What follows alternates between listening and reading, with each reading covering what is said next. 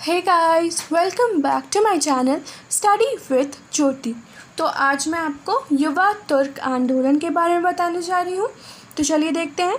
युवा तुर्क के जन्म का प्रधान कारण था हमिद द्वितीय की निरंकुश शासन। तो हमिद द्वितीय द्वारा जो निरंकुश शासन स्थापित किया गया था, तो उसकी वजह से एक प्रमुख कारण था जिसकी वजह से युवा तुर्क आंदोलन शुरू हुआ। तुर्की में सुधार लाने के लिए हमिद ने पान इस्लामिज़म की नीति को परिचालित किया था। अब पान इस्लामिज़म की नीति क्या होती है? तो पान इस्लामिज़म नीति में उसने ये नीति इसलिए अपनाया क्योंकि तुर्की में ज़्यादा जो जनसंख्या थी वो मुस्लिमों की थी। इसलिए उसने सोचा कि क्यों ना मैं मुस्लिमों को सहयोग देकर, उनको विशेष अधिकार देकर मैं उन्हें अपनी ओर कर लूँ, उन्हें संगठित कर लूँ। इसलिए उसने क्या किया कि इस पान इस्लामिज़म की नीति को परिचालित किया और मौका पाकर पार्लियामेंट को उसने भंग भी कर दिया तथा मंत्रियों के अधिकारों में कटौती कर दी। तो इस तरह उसने पहले तो पार्लियामेंट को भंग कर दिया, मंत्रियों के अधिकारों को में भी कटौती कर दी और निरंकुश शासन की उसने तुर्की में स्थापना कर ली। और इसी समय उसने अपने सबसे बड़े शत्रु, जो वो सबसे बड़ा शत्रु था उसका तुर्की में, जिसे वो मानता था, कौन?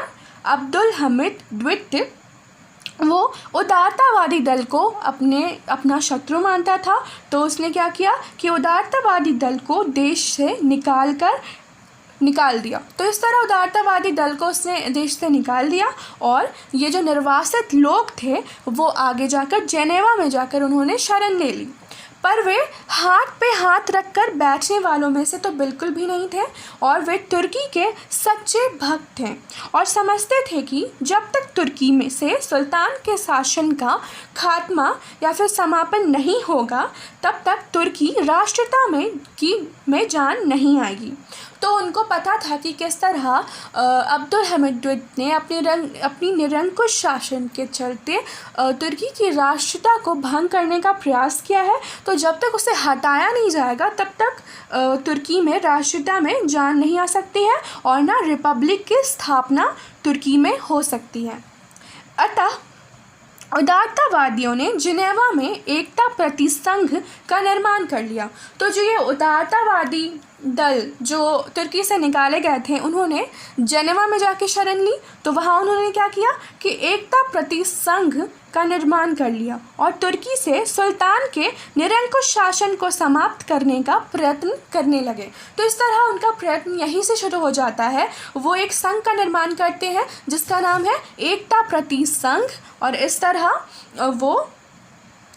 वो सुल्तान के निरंकुश शासन को समाप्त करने के लिए प्रयत्न करने लगते हैं। और इस दल के भी सभी तुर्क युवक थे। तो इस दल के जितने भी युवक थे वो युवक थे, इसलिए इस दल को सभी तुर्क युवक थे, इसलिए इस दल का नाम क्या रखा गया? नव तुर्क कहा गया और युवा तुर्क कहा गया। ठीक है, अब हम देखेंगे इसके उद्देश्य क्या थे। ठीक है, तो वे तुर्की एकता लाना चाहते थे। तो ये इनका उद्देश्य क्या था कि वे तुर्की में एकता स्थापित करना चाहते थे। वे एकता की स्थापना के बाद तुर्की के प्रगति लाना चाहते थे और इसके लिए विभिन्न नीतियों को मिलाकर अनेक प्रकार द्वारा सुधार कार्यों को संपादित करना चाहते थे। तो उनका उद्देश्य सबसे पहला क्या था? वो तुर्की में एकता लाना चाहते थे। दूसरा, तुर्की में संसदीय शासन की स्थापना करना चाहते थे। तो तुर्की में वे संसदीय शासन की स्थापना करना चाहते थे। अतः तुर्की का यह दल जो आगे चलकर तुर्की का शासक बना, तुर्की में स्वतंत्रता, न्याय और बंधुत्व की भावना स्थापित करना चाहता था। तो तुर्की में वो संसदीय प्रणाली अपनाना चाहते थे और जिस तरह आगे चलकर युवा तुर्क जो थे वो शासन संभालते हैं तुर्की की, तो वो क्या करते हैं? तुर्की में स्वतंत्रता, न्याय और बंधुत्व की भावना को स्थापित करना चाहते थे और इस तरह उनके ध्येय स्पष्ट हो जाते हैं। तीसरा पॉइंट है, तुर्की राज्य का संगठन कर उसे एक नया जीवन देना चाहते थे। तो इस तरह वो तुर्की राज्य का संगठन करना चाहते थे और उसे एक नया जीवन देना चाहते थे और ऑटोमन साम्राज्य में एकता को स्थापित करना चाहते थे। और वे तुर्क के शासन में थे तुर्क तुर्की के शासन में थे वे इसका परिवर्तन लाना नहीं चाहते थे और वे इसका आधुनिकीकरण भी करना चाहते थे। तो इस तरह वो संगठन करना चाहते थे राज्य का और एक नया जीवन देना चाहते थे, उसमें परिवर्तन वो नहीं करना चाहते थे, लेकिन इसका आधुनिकीकरण भी वो करने के पक्ष में थे। और वे राष्ट्रीय नीति को मिलकर तुर्की की विदेशियों से मुक्त कराना चाहते थे। तो वो विदेशियों से तुर्की को मुक्त कराना चाहते थे और तब इसका निर्माण और आधुनिकीकरण करना चाहते थे। लेकिन सबसे पहले हमिद के शासन को समाप्त कर तुर्की के शासन की बागडोर अपने हाथ में लेना चाहते थे।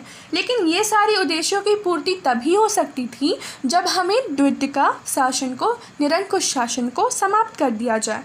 और अब वो जब तक युवा तुर्क अपने हाथों में तुर्की के शासन की बागडोर नहीं ले लेते हैं तब तक इन उद्देश्यों की पूर्ति नहीं की जा सकती थी। और इस दल की उत्पत्ति कब हुई थी? 1891 ईस्वी में। क्रांति का प्रारंभ कैसे होता है, इस आंदोलन का प्रारंभ कैसे होता है वो देख लेते हैं। तो क्रांति का प्रारंभ वस्तुतः असंतुष्ट सैनिकों द्वारा किया गया। तो जितने असंतुष्ट सैनिक थे उनके द्वारा किया जाता है और 1906 में साम्राज्य में कई सैनिक विद्रोह भी होते हैं और सुल्तान ने इसके लिए कोई कदम नहीं उठाए और विद्रोह होते रहे। तो जिस तरह 1906 में साम्राज्य में सैनिक विद्रोह होता है और वो बढ़ते ही जाता है, लेकिन इसे रोकने के लिए जो सुल्तान होता है, सुल्तान हमिद द्वितीय, वो कोई भी कदम नहीं उठाते हैं और जनसाधारण में भी भ्रष्ट अधिकारियों के विरुद्ध आवाज़ें उठने लगी। तो इस तरह जनसाधारण, जितनी जनता थी उसमें भी भ्रष्ट जितने अधिकारी थे उनके विरुद्ध आवाज़ें उठने लगती है और एर्ज़िम, बिटलिश, इज़मिर तथा इस्तांबुल आदि शहरों में अनेक प्रदर्शन भी होते हैं। और 1908 में मैसेडोनिया में कई विद्रोह हुए।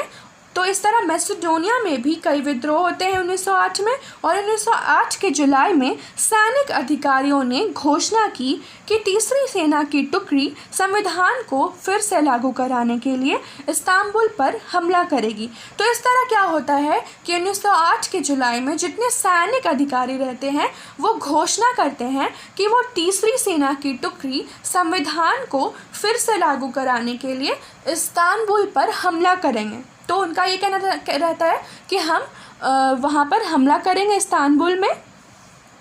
उसके बाद क्या होता है कि एकता प्रगति समिति ने भी इसका समर्थन किया।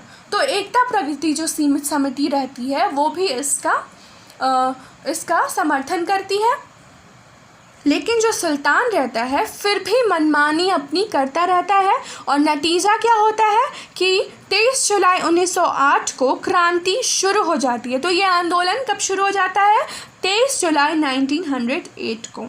और सुल्तान को अब परिस्थिति की गंभीरता का अंदाज़ा अब लगने लगता है। तो अब उसे, जो सुल्तान था, अब उसे थोड़ा लगने लगता है, वो गंभीर होने लगता है इस परिस्थिति को लेकर। और 24 जुलाई को एक सरकारी घोषणा के द्वारा सुल्तान ने संविधान को पुनः लागू करने, प्रेस आदि से नियंत्रण हटाने तथा संसद की बैठक बुलाने का आश्वासन दिया।